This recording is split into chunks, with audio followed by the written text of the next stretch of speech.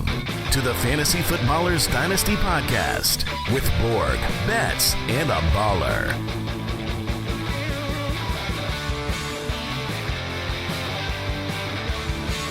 Welcome in. It's Wednesday, June 19th on the Fantasy Footballers Dynasty Podcast. You get a two-pack today. I'm your host, Kyle Borganoni, and I'm joined by Matthew Betz. Corporate has decided they're not working this week, dude. So you and I are, I think, in charge. I mean, basically of not just this show, but the entire company for the week. When corporate leaves and when they just take all of the things that they have in their corporate handbooks, you know, trying to get all with all the investors, everybody else, you know, it's like, we're going to do our own thing. They're gone. The investors. The investors. Guys, it's Fantasy Footballers. It's us. It's the people you see. Those are the people that run the company. There are no other investors. But yes, Andy, Mike, and Jason take 1 week per year where they're all off. It took them almost 10 years to figure out that maybe, just maybe, you should be able to all take off at the same time once a year. So, this Dynasty episode is just going to be Betz and I getting to give some football takes. Are we allowed to do that? Are we allowed to say that on a podcast? I think just maybe once per offseason, we can really, dig deep here and come up with some football guy takes, take Kyle out of the spreadsheets for just one episode, please. Thank you. People are tired of that, Kyle. They want the hand in the dirt takes, buckle the chin strap. They want to know when I'm sitting down on Sunday on my couch watching football, what should I be looking for this year? And more importantly, how is it going to affect my Dynasty roster? So I'm excited to talk today. I think it's going to be a little bit of a different show than maybe what people are used to hearing, but still, I think very, very valuable. We try to give a collective, or the word we use for our company's holistic approach to fantasy football, where it's like you could just look at the numbers, and yes, I do enjoy a good conditionally formatted spreadsheet. But there is a part of the game that comes with just what your eyeballs tell you and the way that a team is set up offensively, the scheme. So we're going to talk today about a couple of teams that have some changes this year and then what it can mean on the actual NFL field. Snaps, what does this team do in this personnel? And then how that trickles down. I think one of my favorite ways to think about fantasy football is that it's nuanced. And you and I talk about this all the time on the DFS and betting show, that you can be in or out on a team or a player in almost every single format. You do not just have to have one take and says this is overarching everything. So for Dynasty, we're going to talk about what this means for this team this year and beyond. But for best ball, for DFS, when we talk about that, when we talk about redraft leagues, keeper leagues, whatever, it's all about opportunity cost. So some of the players, like, I can't wait till you get to hopefully take off your Eagles cap and just actually tell us what you think about this team. But, there's an opportunity cost to acquire A.J. Brown that's different than Devonta Smith. And I would argue that I'm kind of in on Devonta Smith right now I think he can give you 90% of A.J. Brown at a cheaper price. So that's a different conversation than it is in best ball than it is in DFS. So it's a nuanced approach, right? It is. And that specific mention of Devonta Smith versus A.J. Brown really, hurts, Kyle, because last year on this Dynasty show, I think it was with Mike, right around maybe like mid-July, we did a hot takes episode, or your bold takes for the season. And one of mine was, I thought there was a chance that Devonta Smith could outscore A.J. Brown in fantasy points. A.J. Brown looked like the offensive player of the year the first 2 months, so that did not work out. The other one was potentially that Christian Watson was going to the moon, I believe was the direct quote. Don't quote me on that. And spoiler, he did not go to the moon. So 0 for 2 on my hot takes or my bold takes, but no bold takes for me today. Everything's just going to be, even keel. You just need to make sure that you go back through in those episodes, put a little asterisk next to it, because second half, Devonta Smith did. And that's really what you were trying to say. Obviously, yeah, of course. If you want to get all of the rankings, you can get them in the Ultimate Draft Kit Plus, our Dynasty rankings, Dynasty Startup rankings, and our projections that are there in the Ultimate Draft Kit. I will be referring to a couple different projections that we have for Andy, Mike, and Jason. I think a lot of times people think about rankings and they just kind of think of a linear list, but the way these are built out are real projections based on play calling. So when we get to the Commanders, for instance, the Cliff Kingsbury system is very different than what Eric Bieniemy was doing last year, and a ton of empty calories for Sam Howell. So we go team by team. We look at their play rates. We look at their efficiency. And, when we compare those, we can actually see how the projections line up for someone like Jayden Daniels, Jahan Dotson, the rest of the team, the Senator, Ben Sinnott, like all of those players comes down to real projections. So you can get those in the Ultimate Draft Kit if you want to look at our projections. But quick question for you. This is from Discord from Daniel. He asks, how valuable, and I think this is a good question for Dynasty because I think this format is more popular in Dynasty than it is in others, but how valuable is an elite tight end? I'm in a tight end premium league for the first time. How should I value tight ends in a startup with tight end premium? So I think this is a two-part conversation. How should we value tight ends? And then tight end premium, what changes in that? And so there's some people out there that saying, finally, you're talking about tight end premium. This is my league format and I love it. And I just want to say, I love those leagues. I'm in some of those leagues. It does not change everything, in a tight end premium league, but the scoring did last year. For instance, Evan Ingram would have been the wide receiver 6 if you were in a league that provides 1.5 points for receptions. Sam Laporta would have been the wide receiver 9. So it does elevate a lot of the other guys. And then some of the tight ends that you would have normally played now become more flex worthy in these types of leagues. So let's talk about that just for you in general off the start. Like, are you approaching them differently in a startup and how much more? Yeah, I think you should approach them differently, especially I'll say elite and elite plus guys. Meaning, like, I don't think a lot of people would consider maybe like Evan Ingram an elite tight end as they would a Laporta or, Kelsey, not of this year maybe, but of past years. And it can be one of those things where if you don't adjust for that, you might be missing out on some upside on your roster, especially as a flex decision or a starting player in your lineup. What you just said, 6 of these guys finished as the top 24 overall pass catchers in this format last year. When you consider combining wide receiver and tight end as like one position, there were 6 tight ends in that group. Obviously, in the top 24 wide receivers, the top pass catchers in most standard scoring leagues, you're going to get like maybe 2 or 3 most seasons.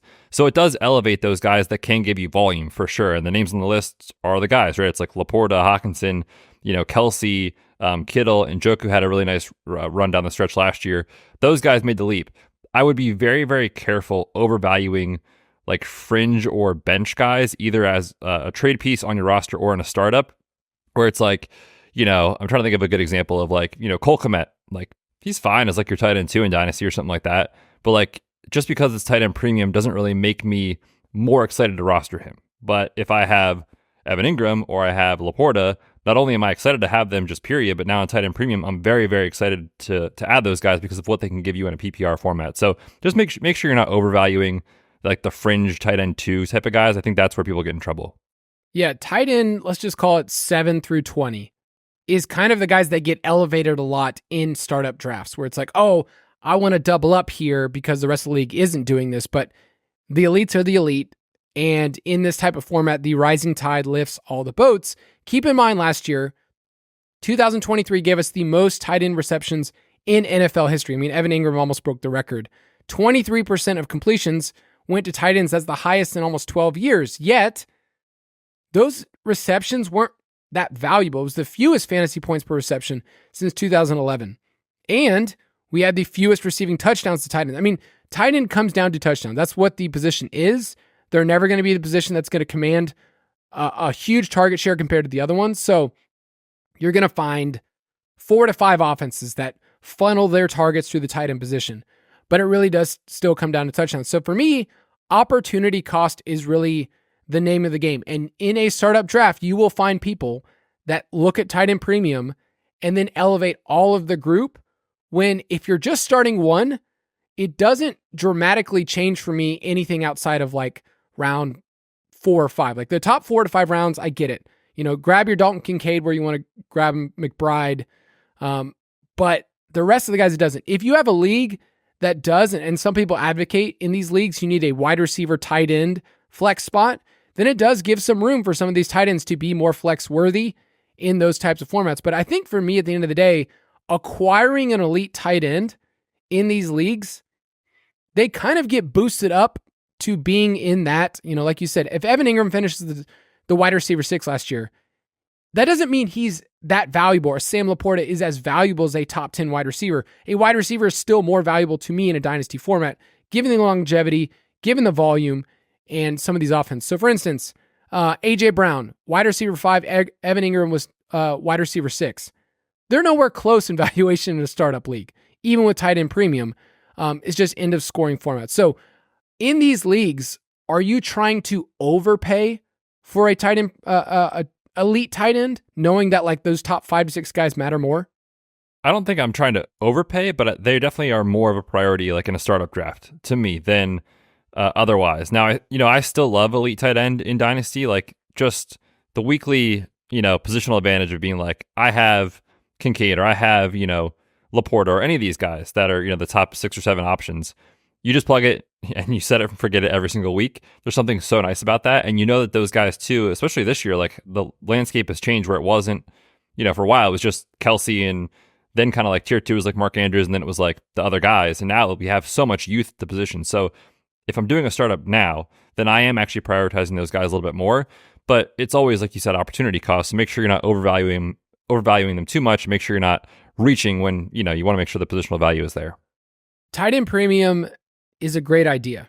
And if you're in one of those leagues that love it, like I recommend it and keep going with it. It should not be one of those things that you think every league needs to do that, because anytime you try to correct the scoring format, the league is going to change. I just mentioned the receptions were worth less than they've ever been for the tight end position. So although the scoring might have helped your league, they weren't nearly as valuable. So there's a give and take. Last question here, because like in a tight end premium format, you're in a rookie draft, Brock Bowers is there. Does that boost him ahead of guys like Xavier Worthy, Keon Coleman, in that like 104, 105 range? Let's say it's non-superflex. Yeah, I mean, I don't know if this is a hot take, but I would not be taking Brock Bowers there personally, like above Worthy. I think that's kind of where the cutoff is for me. But you and I have talked with Jason and Mike, and I think I'm maybe the highest on Bowers out of the 3 of us. Of like, correct. If you wanted to take Bowers at the 105 in just a standard 1 quarterback league, like that's fine. I think that's totally cool if he is that type of prospect, which I think he is. And so, yeah, in a tight end premium, like I'm certainly taking him over Keon Coleman. I'm taking him over Lab McConkey. I'm taking him over all those guys who, let's be honest, like those guys, we talked about it at length, through the offseason, their profiles are not incredible. Brian Thomas Jr. even has some red flags in his profile, right? So like, if you want to take Brock Bowers over those guys, especially in tight end premium, I think it's not only what I would, do personally, it's what I would recommend doing. Yeah. And last little stat I'll give here is that tight ends were just less involved in the red zone last year. I don't think that'll stick, but only 25% of the targets in the red zone went to tight ends. Previous year was 27. The years before that, it was 30%. So with an increase in zone coverage, you're going to see some of these targets change. And I think the NFL, it overcorrects itself year to year. And we do this in fantasy all the time. It's like, oh, this is what happened last year. The NFL is going to change. Yeah, just do what we did last year. We just pick all the players that you should have picked last year, but now they're more expensive this year in every single format. But that'll change. I mean, only 143 red zone touchdowns to tight end. I mean, a couple years ago it was almost 200. So that'll change. Things will shift and be different. But in a tight end premium league, I'd love to get one of those top 5 to 6 guys. And you and I love Mark Andrews because I think he's cheaper than he should be in a dynasty league. So he's kind of the last of that tier of younger guys and elite guys that I think you can get in a tight end premium league. And then tight end 10 through 20, I'm happy if I get them, but I'm not elevating them as much if the rest of the people in your league are overvaluing them. I think that's what happens mostly is the rest of your league sees tight end premium, they push them up the draft board, you feel nervous, but at the end of the day, if you have your one guy, then yes, you can get some flex-worthy weeks. But I mean, tight end 15 through 20 is just rotating every year. It's just a bunch of dudes. It's the Chig Okonkwo's of the world. Some were calling for a breakout last year, Kyle. I don't know who that was. I can't remember off the top of my head, but also a spoiler alert, he did not go to the moon. The numbers said. The numbers clearly said that Chig, oh man, it was all there. It was all there with the breakouts. Maybe we'll talk about him today. We will talk about. I forgot we're talking about the Titans today. So let's jump into our football guy takes.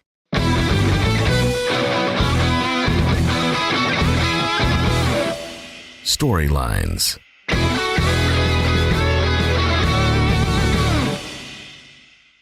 Thanks, Mike, for that drop that we never, ever, ever use. I was going to say, did he just make that? No, it's we used to do a little segment called Storylines, very, very vague on the main show. I think it was 2018. And so I thought this was a chance when corporate's away, we can just do whatever we want. You hit random buttons and see what happens. Yeah.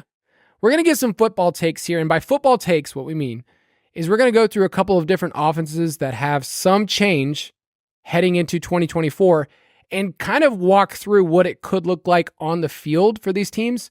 We've discussed certain teams at length. I almost hate that the Falcons are one of those teams that everybody's talked about this offseason. What could go wrong? But, there's a lot of changes into this team and the mistakes they may have made in the draft. But the Chargers are another team. We did an entire episode. Who could forget the March 20th episode of free agency impact and team opportunity? I mean, you have that on repeat, right? What a show. I mean, imagine not listening to that thing, obviously once, but twice, 3 times. I mean, what an episode that was, Kyle. And nothing we said was clearly out of date. Everything we said is just applies right now in June. It's one of the worst parts of what we do. I think about that a lot in season. Nobody goes back to listen to a week 6 waivers episode ever again. It's relevant for, waivers in season, relevant for about 48 hours, maybe 48 hours, and then just completely irrelevant, never ever to be heard from again. So at least in the offseason, some of the stuff still holds true. Oh, and I hate the comments that are like, everything's not up to date. It's like, any recording is just old news. So I'm just waiting for something to happen with Brandon Ayuk, and we look like an idiot for not talking about it. Well, as long as it doesn't happen in the next 24 hours, we're good. Okay. Well, we'll see what happens. There are nuanced conversations with offenses. Okay. So we're talking about this from a scheme perspective. What could this mean for Dynasty? What could this mean for 2024? And there's some teams that I wish we could bring up. Like, I've spent a lot of time, a lot of soul searching with the Carolina Panthers and Dave Canales and figuring out, like, is he a real miracle worker? But I'm still working through their scheme because I don't know, like just talking about this from this perspective, can I even take what happened last year and use that at all? Like with the Panthers, do their stats even matter from last year? The Panthers stats? Because they're bad. I mean, the only reason that I would use them and say, like, this is where this team is coming from, which is the basement of the NFL. So, and we get in trouble saying this all the time, but like, it probably can't get worse, right? So I think that it's a good reference point to think about where this team is coming from and where they could go with Dave Canales. And we've talked about him and kind of the coaching changes a little bit and how that worked in Tampa. And now we have a 2-year blueprint where it happened with a couple of seasons ago when he was, coming from another organization to go to Tampa. It was like, well, is he going to do it again? He did it again. So like the revival situation with Canales is there and the narrative is there. So that, like, if it doesn't happen a third time, it's like, oh, what are we doing here? Maybe Bryce Young is that bad. So yeah, I think it matters. And I think, it does, like I said, give you a reference point of where he came from. I think for me, I take big concepts like, how does this team do against zone? How are they successful against zone coverage, which is another big category. There's coverages with inside zone that we talk about, cover 3, cover 4. We'll talk about some of those today. But how can this team take some of the concepts of what this guy has done before with different parts? I mean, it's not just as simple, here's the offense he ran there, here's how it's going to work here. I mean, Seattle has 3 wide receivers that look very different than the ones that have been in Carolina. Same thing with looking at Tampa Bay. You can't just take Tampa Bay and say that is the exact same situation. He will do the same thing in Carolina. Mike Evans is just a little different than Jonathan Mingo. It's not the same. But him and Terrace Marshall are about the same though, right? Both are on a Hall of Fame track. One of them is a little bit slower to get there. Year 5 breakout. Here we go. I think he's year 4, man. Oh, okay. So maybe it is year 5. Maybe this is another down year and then it happens next year. He's not going to make the team, is he? No, certainly not. Okay. Well, he tried. All right, let's take a quick break and then we're going to talk about your Eagles.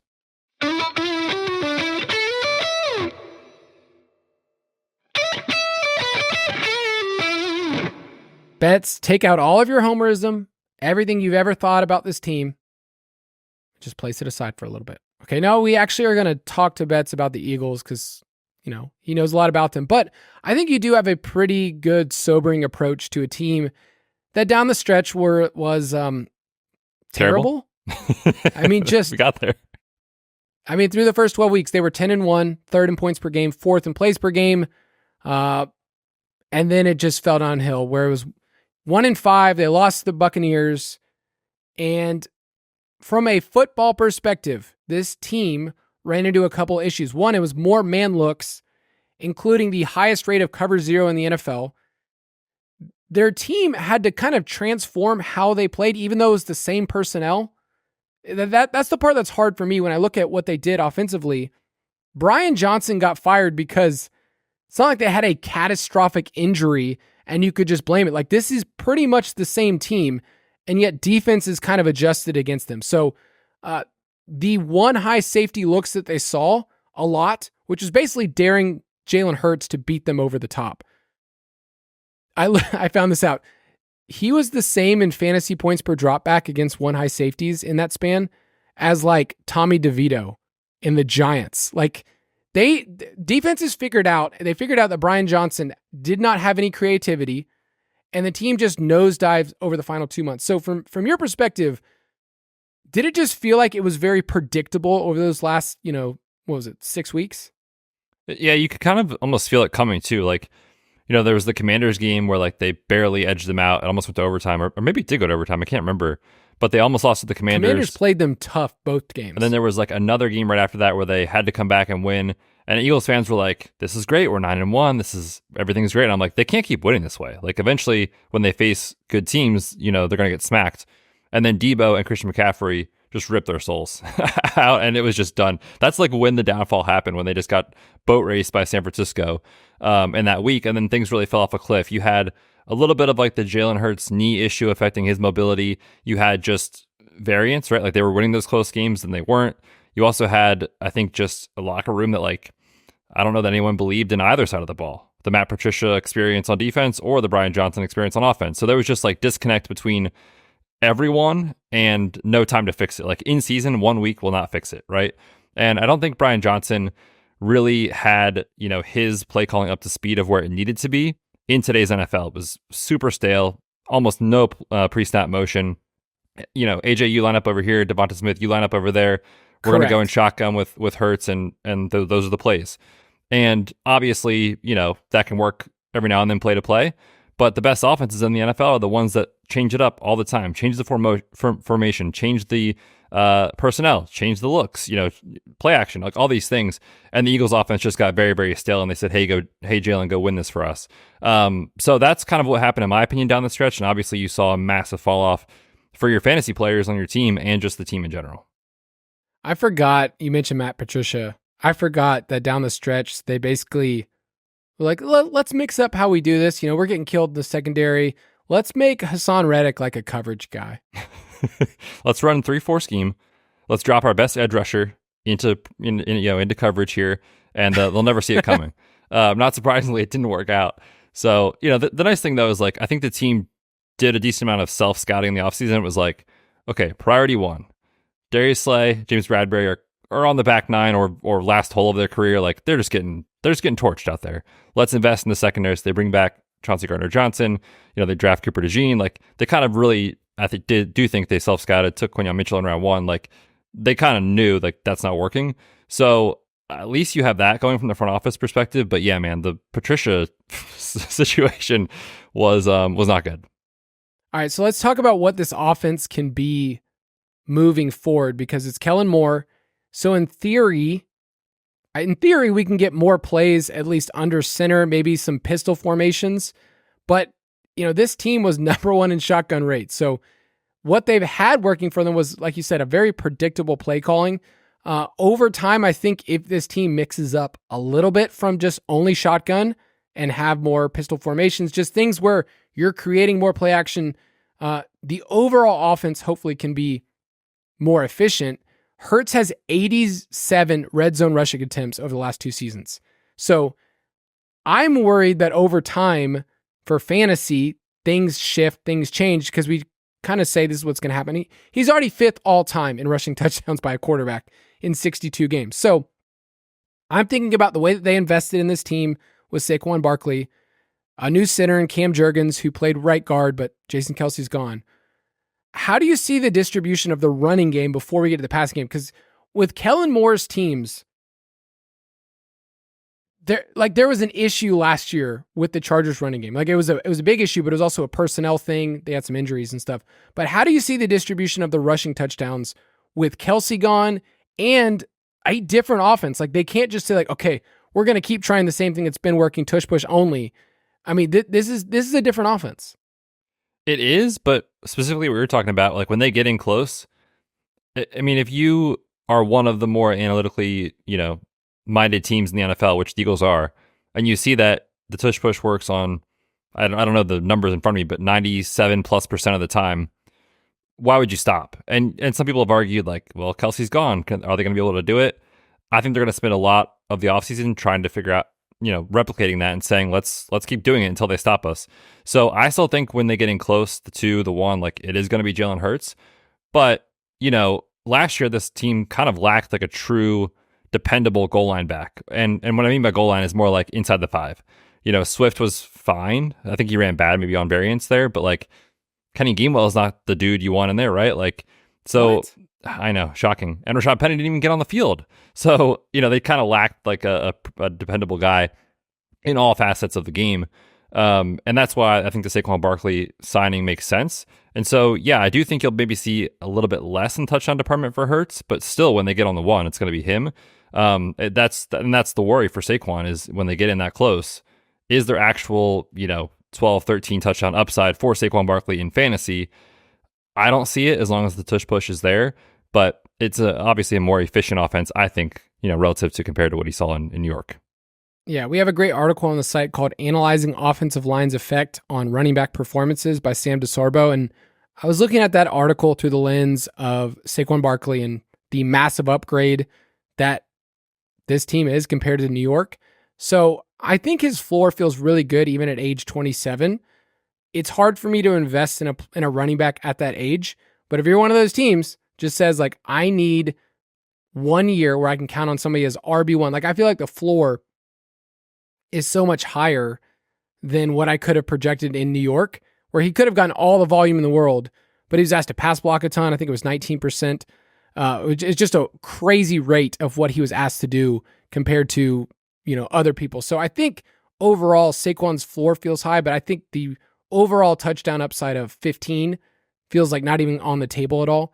But the wide receivers is where I wanted to have the conversation because it feels like there's a massive gap in startup ADP of where AJ Brown goes, which I feel like AJ Brown is kind of comfortably in that tier after Amon-Ra, where it's like you either want Puka, do you want AJ Brown, Garrett Wilson, like those guys, Marvin Harrison, they're all kind of right there. And then you really have to go down two or three tiers to get to Devonta Smith. I'm looking at how Kellen Moore sets up his offense, and I feel like it sets up really well for Devonta Smith. So hear me out here. Last year, the Eagles saw cover 4 looks, which is like deep quarters, 4 guys back, on the most dropbacks of anybody in the league. Okay, the highest rate. And against those types of looks, A.J. Brown was not the wide receiver 1 for this team. It was Devonta Smith. I mean, his yards per route run against cover 4, 2.65 compared to A.J. Brown's 1.87. Fantasy points per route run. The percentage of team yards, I mean, Devonta Smith had 42% of the team's yards against the defense that people use the most against them. And Kellen Moore, his schemes when he was in Dallas and last year the Chargers is very clear. I pepper the slot wide receiver over and over and over again. Do you think that they will use Devonta Smith more in the slot where he's had a ton of success? I mean, in 2022, he had over 3 yards per route run against in the slot. Last year, he led the team in college. The dude, I looked up his yards per route run in the slot at Alabama. Betz, hold on to your whatever you're holding on to. 5.54 yards per route run in the slot. That is stupid. I know. And A.J. Brown's never really been used that way. Even in Tennessee, only 27% of his receptions were in the slot. So I'm trying to put 2 puzzle pieces together saying Devonta Smith is good against cover 4 looks, which they saw a lot. He's really good when utilizing the slot, and it seems like they'll utilize him more.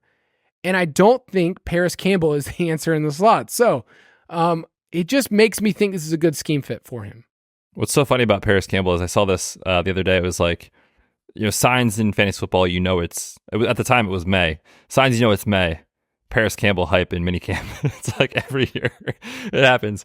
But no, he's not going to be the answer in the slot. What's really interesting about that concept, the last 2 years, and obviously it's a different scheme, so these numbers will not necessarily be the same, but just comparing the two players, 31% slot snap rate for Devonta Smith last year, 25% the year prior for A.J. Brown. Those numbers were at 24% and 26% these last 2 years. So since he's been in Philly, slight edge to Devonta Smith in terms of his slot usage.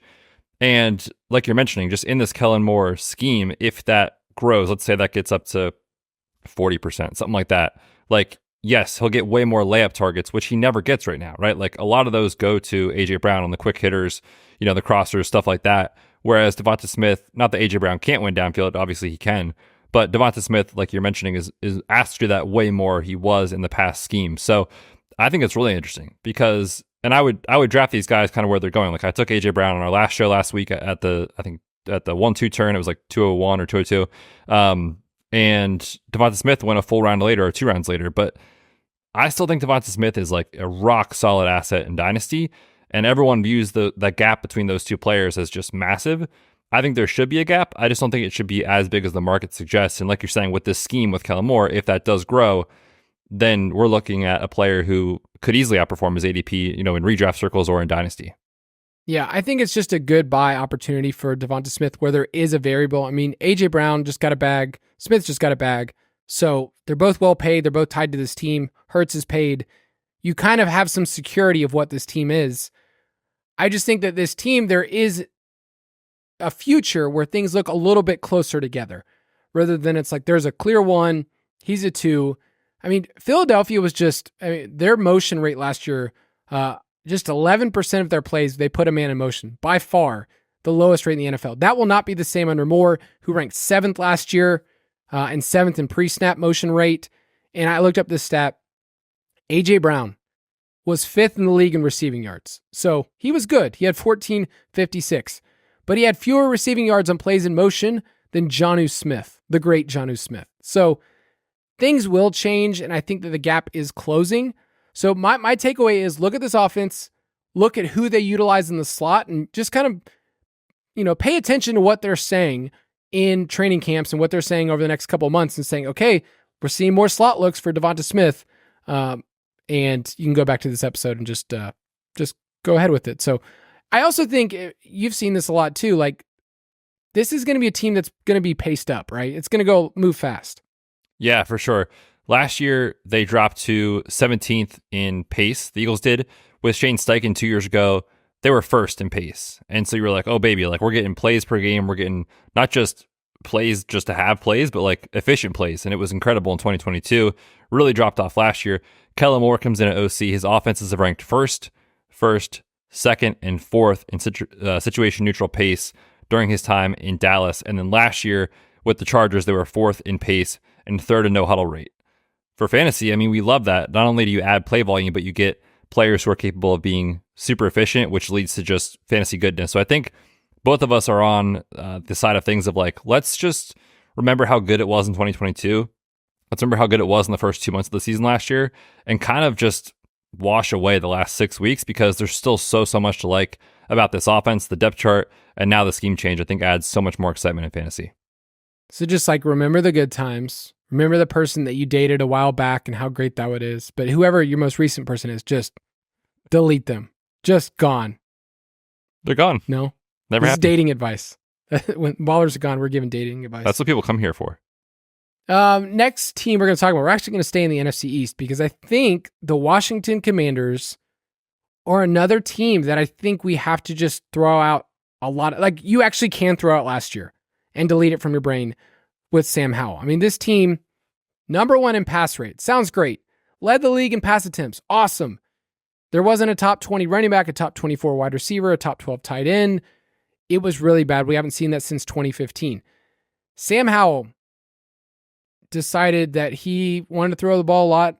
Among 45 quarterbacks with 600 plus pass attempts over the last decade, he ranked 43rd in QB rating, 45th in sack rate, and 44th in adjusted yards per attempt. That is called the poo-poo platter. That is terrible. And if you had Terry McLaurin, if you thought about Jahan Dotson as a second-year breakout like me, you felt terrible. So is it okay to look at this team before we go to Cliff Kingsbury and just say, I can throw out that scheme. I can throw out whatever Eric Bieniemy was trying to recreate from Kansas City. Yeah, I think so. And, part of like the rationale for doing a show like this today is like, if you were on the Washington stuff last year of like, look, Bieniemy comes in, we think they could be way more pass heavy. We think Sam Howell could be like a sneaky quarterback too in Superflex. It was like, okay, all those things hit. Like Sam Howell hit for fantasy. The pass rate hit for fantasy. It was great for that. But the players, as far as how McLaurin benefited or Dotson, clearly did not work. So yeah, I think the scheme change is going to be wildly different. I don't think they're going to come anywhere close to top 5 in pass rate this year with Cliff Kingsbury coming in. We've talked about this team a little bit on the DFS and betting show. We took an under for those of you that care about win totals. This was like almost 2 months ago. Defensive head coach hires are not personally our favorites. Like if you look at guys that are not offensive guys since 2018, only 4 of them hit their win totals in year 1. And this defense has a lot to work on. Dead last in points per game, yards allowed, expected points per play. It was really, really bad. They didn't have a pass rush. And backwards hat Dan, you can't run the same system that you ran in Dallas. Like, it's just not going to work to run the exact same heavy man coverage. You need the players in place. So defensive-wise, they have a ways to go. But offense is what we want to kind of key in on with Cliff Kingsbury and Jayden Daniels. I have liked everything I've read so far where Jayden Daniels has said, I'm a rookie. I'm not going to come in here and be a superstar right away. I need to figure this out. I like the humility, and this is really good footballer stuff. He's been getting in at 5:45 and having breakfast and film with Luke McCaffrey. Does that change anything for you? That changes everything, dude. If you weren't buying into the breakfast narrative with Cooper Kupp and Matthew Stafford, you missed out, and I'm not going to be sleeping on that again. I'll tell you what. Oh, but I did find another report that said one staffer says he sees Daniels eating breakfast at a different table with different players nearly every day. So it's not just McCaffrey. Yeah, the first piece of news sounds great. Draft Luke McCaffrey. That's the takeaway, right? No, the second one says, like, does he know where he belongs? Like, what I want to know is he eating lunch with the senator? Are we getting meals with Ben Sinnott? I don't know that information. So if you have some people on the ground, there's some great beat writers. John Keim for the ESPN. You've been on a Commanders podcast before. We know my next door neighbor is a Commanders fan. So ear to the ground. Yeah. The breakfast beat. So let's talk about how he's going to fit in Jayden Daniels with Cliff Kingsbury. And this team, despite having all that volume, was kind of slow the last couple of years, but like, what did Cliff do in Arizona? Because I think that's the template we care about from 3 or 4 years ago with Kyler. Yeah, we kind of already have the blueprint, right? Like Kyler was a rookie when Cliff took over. And not to say that they're the exact same player, but you can make pretty easy straight line comparisons to the way Jayden Daniels plays with his rushing and mobility to the way Kyler plays with his rushing and mobility. And with Cliff in Arizona, they were number 1 in no huddle rate all 4 seasons. So from 2019 to 2022, they were top 10 in pace in 3 of those 4 years. They were first in pace 2 of those years. So you have upside for this team to lead the league, both in no huddle rate and pace of play. And with that, I just think you're going to see so much more play volume this year than you did, in previous seasons. And that's kind of the name of the game with Cliff is we want to play fast, but they still, like last year, that they were playing fast because they had to come from behind in every game, but they were playing fast and just chucking it. With Cliff, he wants to play fast no matter what the game script is, which I think gives you a little bit more of a floor, but also ceiling for Jayden Daniels if he hits for fantasy and also his teammates. I'm looking at the projections in the Ultimate Draft Kit and just looking at the pass rate, because last year's at 64%. That's not going to be repeatable, hopefully, year over year. So Andy has them as the most pass happy, around 57%. Jason's at a little bit lower.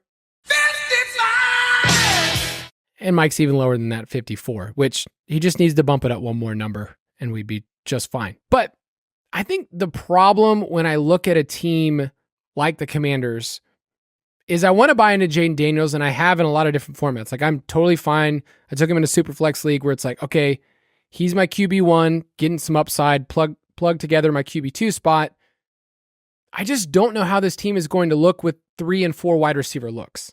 Like a lot of empty plays last year. The reason why I was so bad on yards per attempt and Jahan Dotson was a cardio king running 600 routes that didn't matter is that when they would run these looks, I mean, they were 10th and 11th personnel. It didn't really matter who the third wide receiver or fourth wide receiver was. Like you got a lot of low ADOT Curtis Samuel targets. Jameson Crowder somehow was still alive. It just didn't matter what they were running out there. So with this team, we know who the one, we think we know who the two is with Dotson, McLaurin and Dotson. Is it going to matter who they're running out there as their wide receiver 3 and 4? Like, because that's the Cliff Kingsbury system.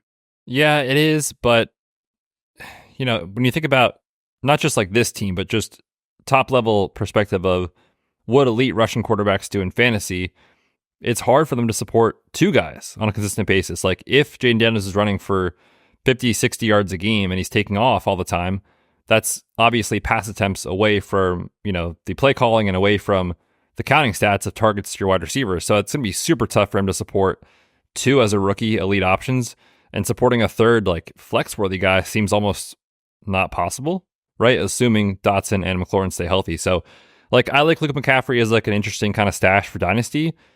I'm not really that excited for year one. Like I said, assuming health for the other two guys, it's just going to be hard, I think, for him to support three guys. I think what Cliff Kingsbury wants to do, or at least what he said publicly, is he wants to be more balanced. I have a quote here where he says like, I want to run the football and play action pass. Is that how he sounds? Not really. Oh, yes, well, actually. I want to run the ball. No, he acts like he's too cool for school, actually, the whole time. He does. Jayden Daniels did not do a lot of play action passing in college. So there is something where his game at LSU, his play action rate was the lowest among the 6 quarterbacks drafted in the first round, 155th out of 162 quarterbacks last year. So it's not something he had to do a ton. The league average rate is about 23%, but young quarterbacks, they're trying to get them in rhythm. It's closer to 30%. I mean, you saw that with Kyler. I looked this up with Cliff. 27%, 30%, 30%. And then in his last year, went down to 19%. And then Cliff was out the door. So I think that's part of the key area that I care about with this team is that it can be somewhat balanced. Brian Robinson was good on an efficiency level last year and really good as a pass catcher for some reason. I just don't know if the entire offense can function the way it can with an offensive line that has issues and just some inefficient running backs. So when I piece this team together, I feel like I'm excited about Daniels. I like that Dotson is cheaper than he should be. And then I don't really know if I want to invest in anybody else. Ben Sennett's fine as a rookie. So that's where I'm at like on this team putting it together. You think he's fine, Kyle? How dare you? In year one, he is fine. If Mike were here, oh man. That's a good way to put it. I will also add just one other thing too. Like, we're not sure how the running back touches are going to get distributed.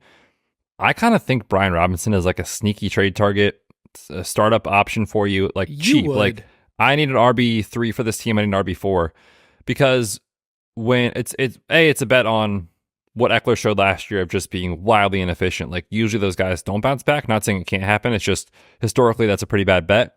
So if Eckler is just kind of done, then Brian Robinson obviously benefits. The way he benefits in this Cliff Kingsbury scheme is when they're getting close, dude, they run the ball. Like every time. They are among the league leaders in rush attempts and rushing rate inside the 10-yard line. We saw that a bunch in Arizona. Assuming that holds and Brian Robinson can get the goal line work, like you could look at a running back who he's never going to give you explosion games, but falls in the end zone once, twice a game.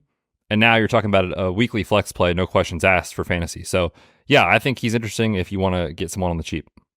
Yeah, the Commanders are a team that you want to monitor on a couple of different levels. If their defense is really as bad as it was last year, sweet, you're going to get a lot of opportunities for this team to sling it. But yeah, we took the under at 6.5 earlier this year. I still feel pretty good about betting against new coach, rookie quarterback, all those things. There's Commanders. Do you think they're going to run the same scheme that Dan Quinn likes with this personnel on defense? Because you're talking about going from Dallas with Michael Parsons and a bunch of other good players up front and a stacked secondary full of playmakers. So I've known Backwards Hat Dan for a while. How do you do, kids, Dan? And from his days in Atlanta, he tries to run what he wants to run. And if he doesn't have the personnel, he still tries to do it. When I think of those Atlanta teams, he was like the man's man coach that I wanted to follow. But the identity of the team was the offense and Kyle Shanahan. So it's tough when I look at the players that they have on defense. I mean, they don't have pass rushers at all. Like I was looking up the stat. It was like their pressure rate was the lowest in the NFL after they traded Chase Young, Montez Sweat. It just makes sense. They don't have anybody there. And Dallas ran man 39% of the time, cover one 34% of the time. They're not going to be able to do that with success in today's NFL. So I think he's going to have to adjust because it's not going to work right away. I mean, this team wasn't just bad, historically bad on the defensive side of the ball, and then historically inefficient on the offensive side. You can't just repeat those same things. So in year one, I don't expect them to turn around, but I think for fantasy, Jayden Daniels can be quite fun. So let's take a quick break, and we'll be right back.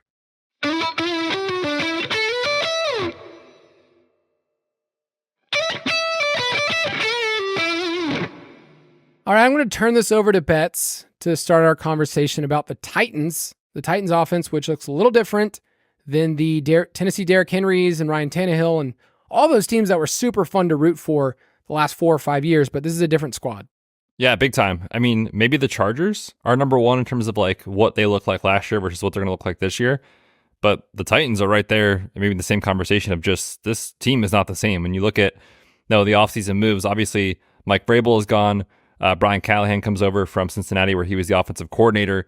And just that at the top is kind of where I want to start. It's like, with Tennessee over the last 6 years with Mike Vrabel, this team is Derrick Henry's team. That's the identity, right? Like they were 31st during that time frame in pass rate, dead last in plays per game, and 30th in pass rate over expectation last year. So they don't get off a ton of plays and they run a ton.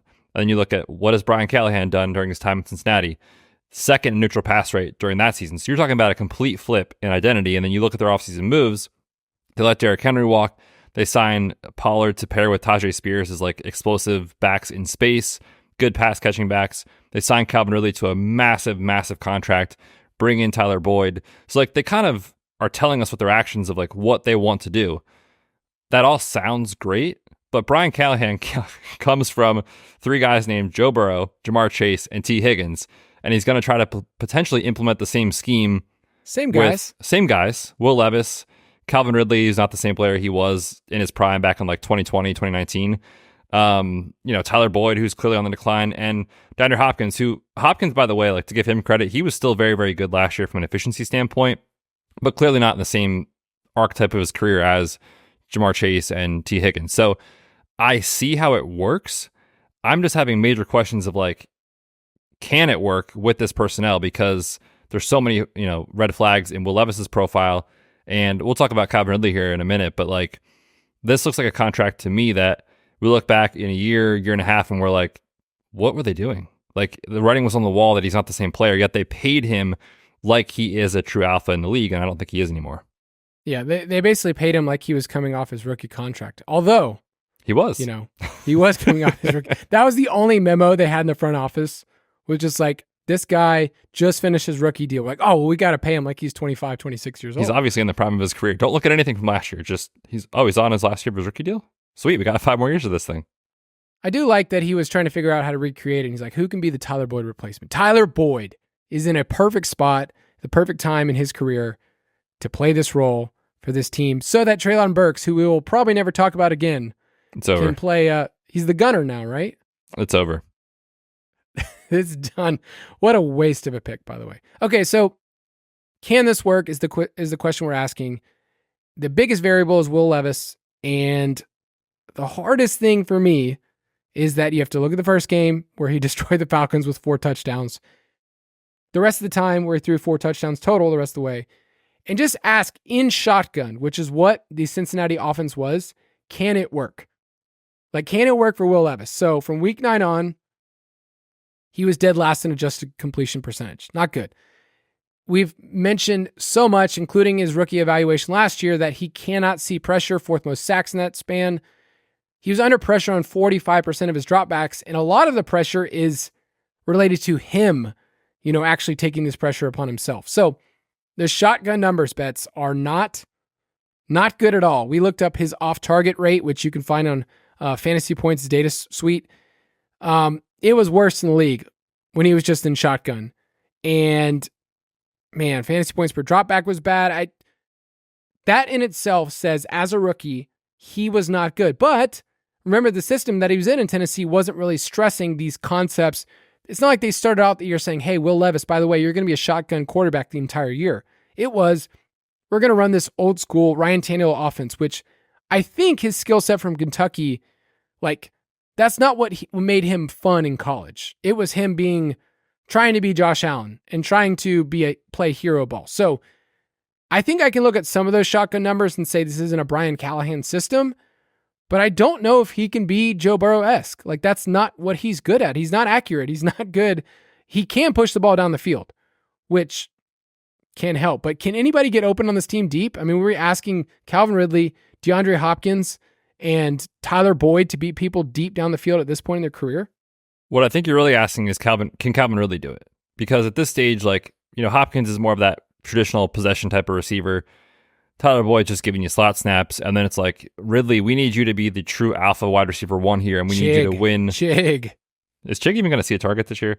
We need Calvin Ridley to win in the intermediate and deep areas of the field consistently. And, last year's numbers were pretty mediocre, like 1.57 yards per route run.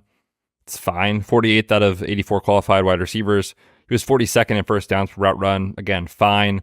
But then you look at his open score, which is a metric from ESPN, and obviously, I think we would all expect to see some decline from like when he was in Atlanta and was just awesome. Like in 2019, 2020, he was just incredible. And then he misses time, of course, with the suspension and comes back to a different team. He's later in his career. So like you would expect the numbers to fall off, but like they fall off massively. Like back in 2020, his open score was 90. That was fourth best among all wide receivers and tight ends. This past year, 41st. The open score was 59. So you're looking at a player who really is not, I don't think, capable of being like a true alpha anymore. I think those days are gone. He is 29.4 years old. So you're talking about a player next year that we're going to say, look, he's 30 years old. He probably didn't have an incredible season. He has a massive contract, and now they're kind of regretting it. So I'm looking at this situation and trying to forecast, like, where is Ridley's value going to go? Is it going to go up? Is it going to go down? I think it's almost certainly going to go down unless Will Levis just shocks us all. And that's what I think you have to ask yourself if you have Calvin Ridley, is like, is this it? And I've got him in a couple spots because I just like had him on the cheap from when he was suspended. And like, I'm trying desperately to move him right now in my Dynasty leagues where I think he still has some value, but I could see this going pretty south pretty quick if it does not go well this year. When I look at the simple metrics for Levis and where he can be successful, it is the deep ball. He threw some prayer balls where he just said, please, I'm getting pressured. I'm going to throw it up there. Against zone coverage, 22.5% of his pass attempts were 20 plus air yards downfield. That's wild. I mean, the next closest was Russell Wilson at 13%. So nearly a quarter of his attempts against zone were just, I'm chucking it deep. It's really hard for that to work. And his completion percentage against zone, he was only better than Zach Wilson. So those are the kind of things that's like, he's going to have to learn how to dissect a lot of coverages that just call for him hitting DeAndre Hopkins, in routes that don't require him going 20 plus yards downfield. It's going to be, hey, DeAndre Hopkins is open at 6 yards. You're going to have to throw it to him there. So with Levis, we've historically been, a group that's bet against him. And I think so far we've been like, okay, well, the things we saw on film that don't work haven't worked in the NFL. The only other person that you can look at as comps of who's a player that came to the NFL with red flags against pressure and actually responded and then had a year 2, 3, 4 leap is Josh Allen. So I think my favorite comp I've given is that he can be at his ceiling like 65, 70% of Josh Allen. That's like his ceiling outcome. Do you see him being able to put up top 12? Like, what's the percentage of him putting up a top 12 season? Because it has to come with him running the ball 4 or 5 times in the end zone, and then Brian Callahan knows what he's doing. I mean, the percentage to me is like 5%, maybe. Is that too generous? No, the number that popped in my head was like 8%. So you love him. You mean you compared him to Josh Allen, not me? You said he's the next Josh Allen. He really is. He is the next one. Every single player is the next Josh Allen, by the way. I love it. I just think it's really hard for me to go in. Also, a lot of young quarterbacks, the way that they're kind of look at their play calling is, I'm learning this thing. I'm learning how to do it. I'm going to throw to my first read. So his first read in shotgun was at 72% last year.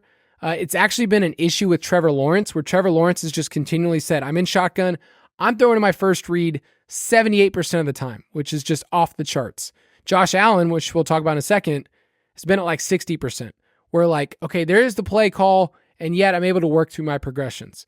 Can Will Levis work through his progressions? They at least tried, all right? They didn't just like throw him to the Wolves again for the next year. They at least tried. They invested. I think we were just a little curious, like, this is how you want to invest? Like, you want to get Tony Pollard and Calvin Ridley and Tyler Boyd. And like, I really think this team could have a speed issue. And that's like, at the end of the day, like, they don't have anybody who's just a pure speed merchant on this team. But maybe that's just too like binary of just saying they don't have that. But any last thoughts on the Titans? I will say, just in the Josh Allen discussion too, like, you know, obviously you're kind of making that's kind of the only guy that we've seen do this aspect of like, everyone kind of laughed in the rookie year and then it was like, okay, maybe we got something here. That does not happen. Like the Josh Allen thing, which is always funny, and the same thing with like the Debo comps. It's like, those players are not normal. This does not happen. So when you make the comps for them of like, this could be in the range of outcomes, you're talking like 99th percentile range of outcomes. Like it just doesn't happen, right? And even when he was in his second year, Josh Allen, he was still terrible as a passer. 4.3% touchdown rate, 6.7 YPA, threw for 3,000 yards, just over 3,000 yards. So if we're saying like that's kind of the blueprint of like what maybe could happen if you squint and see it, Will Levis has to run a ton. Assuming that he doesn't make leaps and, you know, strides to be a passer, he has to run a ton. Josh Allen that year had 109 rush attempts. I just don't know that you're going to get that from Will Levis. So it's a very thin bet. It's a very thin path. I see what they want to do. I'm just not convinced it's going to happen. Are you telling me that the best comp for Will Levis is Will Levis? Yes, I am. Okay, good. That's some good deep analysis. Speaking of Josh Allen, though, I want to finish this by talking about the Bills and then just throwing something out there. I could be wrong. Okay. But I've been doing some deep dives on the Bills offense. And you and I have talked about this a lot, where the first 10 weeks, it was Ken Dorsey, and they were paced up. Diggs was getting targeted. Diggs was good. And then something happened internally. They bring in Joe Brady to lead the offense from week 11 on. They play slow. Diggs stinks. He's shipped out of town. This team runs the ball, but they were successful. There's a lot of like easy things to look at with this team and just say like, this is what happened. This was good. This was bad. I'm asking the question about Josh Allen because this year we have a ton of variables. We have a ton of different things to look at. I mean, Josh Allen is coming off a season where he had his lowest passing yards per game since 2019. Okay. But it's not like he wasn't chucking the ball. He was number one in air yards and 20 plus yards attempt, but his turnovers also skyrocketed. 15 of 17 games he threw an INT. Usually we just kind of wave the hand and say, it doesn't matter. He's Josh Allen. He runs the ball. And yes, Josh Allen already has the second most rushing touchdowns of all time for a quarterback. He breaks fantasy. He's the quarterback I would take number one in a super flex. I love Josh Allen. I'm just asking the question, is there too many variables this year? Because one, Joe Brady has not really been the most well-liked coach in the NFL through a couple of different stops. It worked for their little shorts, week 11 on. But a lot of people have kind of said Joe Brady has been a offensive coordinator that like over time, the NFL kind of figures him out. And now you have a team that just vacated the most wide receiver targets ever for a quarterback who's being drafted this high. In startups, in redraft, 52% of the wide receiver targets are gone with Diggs, Davis, Sherfield, and Hardy all gone. Over the last 5 years, this is the 8th most vacated targets of any team. The most vacated targets ever is this year's Chargers. So that's a different conversation because they vacated 395 targets. It's a different team. I looked up the correlation between vacated targets and quarterback fantasy points, YPA, completion percentage. It's negative across the board. If you have a ton of them, it's going to hurt. Now, it's not a huge correlation coefficient, but the point is, it's a point to consider that this team is recreating its entire wide receiver group, and the best quarterback in fantasy is he going to be affected? So that's my first question for you, Betz. Are you worried at all of Keon Coleman and Curtis Samuel and Khalil Shakir and MVS and Matt Collins being just meh? And they're trying to recreate all this stuff. They're trying to go Moneyball, recreating the aggregate, and Brad Pitt's like, okay, I already did that. You guys can't do it. Am I worried about MVS being meh, Kyle? Why would you ever believe that? I mean, what has he ever shown you that makes you think you'd not be impressed? I think it's a fair point. You look at what they had, and the argument is like, well, the offense was still humming, even when Diggs wasn't doing a ton. But like from an on-field standpoint, like Diggs still respects coverage and a lot of attention on the defensive side of the ball. And now you have, like you said, Keon Coleman, Khalil Shakir, the jury's still out, and Curtis Samuel as your projected slot wide receiver, with Dalton Kincaid as like the top option, I think is what a lot of people are projecting. I don't know. I honestly don't know how this goes. And I think there's a lot of, for fantasy, a lot of excitement about like, well, Diggs is gone, Gabe Davis is gone, like someone here is certainly going to hit. But I feel like, I don't know if this is a hot take, I just feel like the more likely outcome is like, these guys are all okay from a usable week standpoint, like week to week, like maybe it is a Shakir week, maybe it's a Curtis Samuel week, maybe Keon Coleman develops and it's one of his weeks where he has 2 touchdowns. But like across the season, like I don't think we're getting like a top option here on a consistent basis outside of potentially Dalton Kincaid, who I do like a lot. I think the wide receiver room is not great personally. Like I think Curtis Samuel's fine for the NFL, like he's good for the NFL, but a lot of times those types of players, like they kind of have shown you who they are over time, and we kind of know what Curtis Samuel is now, where he's not really asked to win downfield at all or create explosive plays. He's kind of this manufactured touch guy, close to line of scrimmage, quick hitches, drag routes, stuff like that, where it's like it doesn't really move the needle a ton from an NFL standpoint for the offense. So yeah, I could see a path where it's like, man, Josh Allen did not have an incredible season throwing the ball. For fantasy, fortunately, however, he's still going to run a ton and run at the goal line. So like I think he's insulated and he's fine. But my big thing is like, are we just chasing something that isn't going to be there for fantasy when it comes to his pass catchers? Yeah. When you look at how Josh Allen works through his progressions, it's very different than what I talked about earlier of the throwing to the first read. Okay. He was 31st in the NFL in throwing to first reads with 3 wide receivers on the field. So when they did have 11 personnel, he kind of was willing to work through it compared to the rest of the league. With 2 wide receivers on the field, he did the same thing. He was 28th. It's very different than Trevor Lawrence, who that's what he does, going to throw to the first read. Josh Allen's willing to, have some time in the pocket. The thing with Josh Allen in that stretch with Joe Brady was he averaged as many passing touchdowns as he did rushing touchdowns. So that's really hard for me to look at projections year in, year out and say, okay, can Josh Allen hit 10 rushing touchdowns? Sure. He had 15 last year. We're not going to project 10 rushing touchdowns for him or Jalen Hurts, but it's just really hard for me to get there. He averaged only 243 passing yards per game in that span. That's very different than Josh Allen we used to see with a ton of volume. So I look at this team and I see that they have a pretty tough schedule, all right, in this a pretty tough division. And the rushing stuff, I can't argue against that. I mean, he was one of the most utilized red zone backs. That includes quarterbacks and running backs in the NFL. He had more red zone carries than CMC last year. So I'm not saying that's going to go away or they're just going to not do it. It is a question of saying if his passing efficiency, if this team can't create big plays, if they run a lot of 12 personnel and they're asking MVS just to run 9 routes, I think they're in trouble more than we think. And I think Josh Allen, we've kind of just said over and over again, oh, he's just one, he'll figure it out. I'm just bringing up there's variables where QB1 overall for the first time for me is saying like, I think I'd just bet against him being a top 1 or 2 quarterback. I still want him in Superflex and Dynasty. I just think for 2024, there's more variables than we think. Yeah, I think that's a good way to sum it up too. In just regards to like, the market, when you think about like ADP landscape, whether it's best ball redraft circles right now, they kind of just are like, he'll be fine.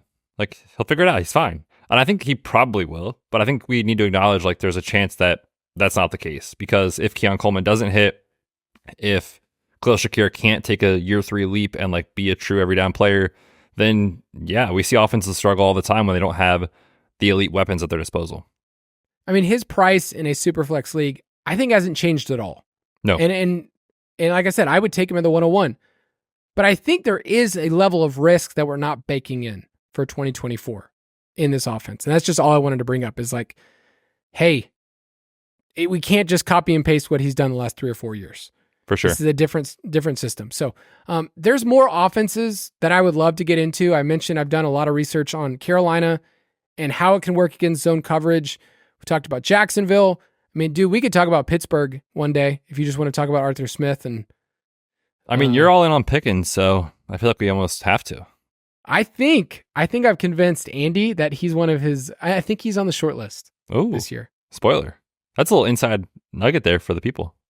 I know. Every year we get to this point and people guess the my guys, and I kind of say like, okay, I'm pretty sure these are your 5 or 6 that you are on your radar, and I'll usually get most of them right. I'll miss a couple, but I think George Pickens is standing up to be that guy. Chicago is an offense we've talked about a little bit. Could that work?